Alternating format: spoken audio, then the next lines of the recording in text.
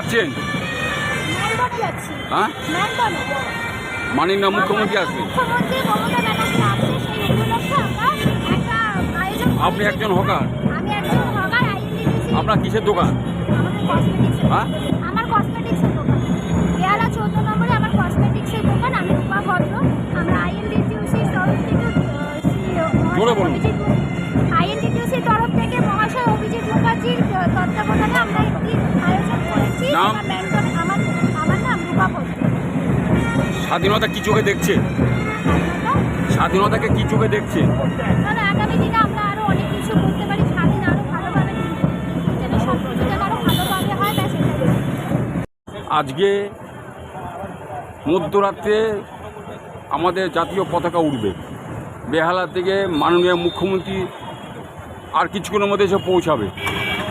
আপনাদের এখানকার ইউনিয়নের তরফ থেকে আপনি বিশাল মিছিল করে যাচ্ছেন, আপনি কি বলবেন? আমাদের মিছিলের মেন দক্ষিণ কলকাতা জেলা প্রেসিডেন্ট হচ্ছে আপনার অভিজিৎ মুখার্জি, তার নেতৃত্বে আমরা সব বেরোচ্ছি। আমাদের যে দক্ষিণ কলকাতা যে তৃণমূল হকার ইউনিয়ন যে আছে তার নেতৃত্বে আমরা বিরাট মিছিল আমরা আয়োজন করেছি। এই মিছিলে আমাদের সমস্ত ধরনের সমস্ত হকার ভাই বোনেরা সব আমরা এখানে একসঙ্গে মিলিত হয়েছি। হকার বলতে আপনাদের বেহালার হকারের কোন হকার নাম বলুন? আমরা diamond hawker Trinamool street hawker union INTTUC. কত জনের আমাদের এখানে আজকে 1500 লোকের নিয়ে মিছিল নিয়ে আমরা বেরোচ্ছি। মিছিল আর বাজনা বাজিয়েও যাচ্ছে। আমরা যাচ্ছি এক্ষুনি আমাদের ব্যাগ পাই এসে যাবে, ওর নিচে আমরা মিছিলের নেতৃত্বে বেরিয়ে পড়বো। প্রতি বছরই করেন? হ্যাঁ, প্রতি বছরই আমরা। আপনার নাম? রবীন্দ্র সাদিক। আপনি কি কিসের আছেন? আমি তৃণমূল স্ট্রিট হকার ইউনিয়নের বেহালা ইউনিটের ভাইস প্রেসিডেন্ট। আজকে আপনাদের যে এত বড় মিছিল, আজকে মাননীয় মুখ্যমন্ত্রী বেহালা আসছে, মধ্যরাতে জাতীয় পতাকা উঠবে, আপনারা মিছিল করে সব যাচ্ছেন। আপনাদের কোন মিছিল? আমাদের আইএনটিটিউসির মিছিল। হ্যাঁ, আমরা মোটামুটি প্রতি বছরই আমরা করি। হ্যাঁ, আমাদের যিনি আছেন দায়িত্বে সভাপতি অভিজিৎ মুখার্জি, হ্যাঁ, উনি আমাদের সব সময় থাকেন। দিদি আমাদের সবসময় উন্নয়নের কথা ভাবেন। হ্যাঁ। আজকে ছিলাম আমরা পুরনো হকার।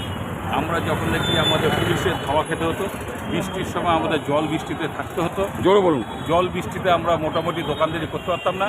হ্যাঁ। কিন্তু দিদি আসার পর আমাদের প্রতি কটা সেট পেট করে মতো টিন দিয়ে আমরা একটা ভালো মতন দোকানদারি করতে পারছি। আমাদের দিদি আমাদের সবসময় কথা ভাবেন। আপনাদের হকারদের উপরে প্লাস্টিক আর আছে? প্লাস্টিক নেই। আমরা মোটামুটি এই দিদি আমাদের মাথার উপরে আছেন বলে আজকে আমরা এতদূর আমরা সুষ্ঠুভাবে এই আইএনটি সাধারণ মানুষ যাতায়াত করার জন্য, সাধারণ মানুষ যাতায়াতের জন্য ফুটপাথ আছে। ফুটপাতে সুষ্ঠুভাবে যাতায়াত করে, কোনো রকম অসুবিধা যানজট কোনো রকম হয় না।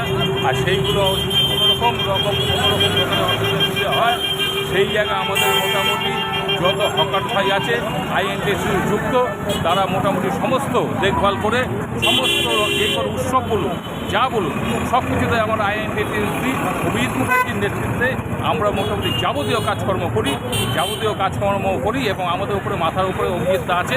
কোনো হকার ভাই যদি অসুস্থ হয়ে পড়ে, হকার ভাই যদি কোনো রকম অসুবিধা বা কোনো রকম কিছু হয়, আমরা তাকে সঙ্গে আমরা হসপিটালের ব্যবস্থা করি। আমরা মোটামুটি তাদের কার্ড আছে? হ্যাঁ, আমাদের মোটামুটি কার্ডের ছোটো বলতে নিশ্চয়ই যা কার্ড আছে ওইগুলো হয়, কিন্তু আমাদের হকারদের নিজেদের কার্ড আছে। আর আমাদের সহযোগিতা বিশালভাবে থাকে, ভীষণ ভালোভাবে থাকে। আজকে মিছিল করে আমরা মিছিল করে আমাদের উন্নয়নের কাণ্ডারি আমাদের মমতা ব্যানার্জি মুখ্যমন্ত্রী দিদি আমাদের সাথে আছেন। আমরা তার সমর্থনে আজকে বিশাল মিছিল আমরা করে আমরা এগোচ্ছি এবং দিদিকে আমরা সমর্থন দেওয়ার জন্য আমরা বিশাল মিছিল করে আমরা তাকে আজকে আমরা স্বাগত জানাবো। ওনার সারা জীবন যেন আমাদের পাশে থাকেন, এটাই আছে। আমার নাম সত্যজিৎ সাহা। 2002 যদি আমাদের যে চিঠিটা আমরা পেয়েছি, 2002 যদি আমি বেশ ধরি, তাহলে 2 সালে যে জন্মগ্রহণ করেছে বা তার 6 মাস 1 বছর বা 5 বছর 10 বছরের মধ্যে তার বাবা মার নিশ্চয়ই তখন 20 থেকে 25-এর মধ্যে বয়স ছিল মিনিমাম।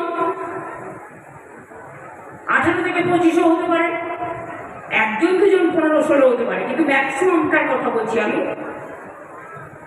তো 2 থেকে এবার ফিরে যান তো 20 বছর আগে বাবার একটু স্বাভাবিকভাবে বড় হয়।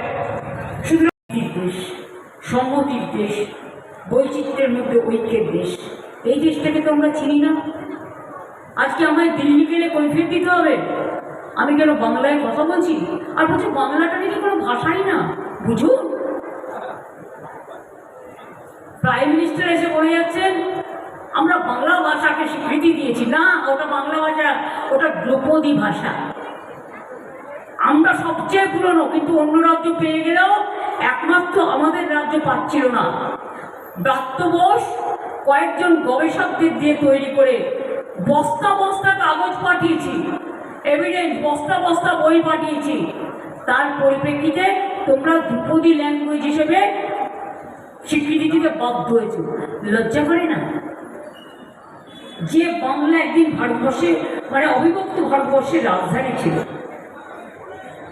যে বাংলার মানুষরা লড়াই করেছে জীবন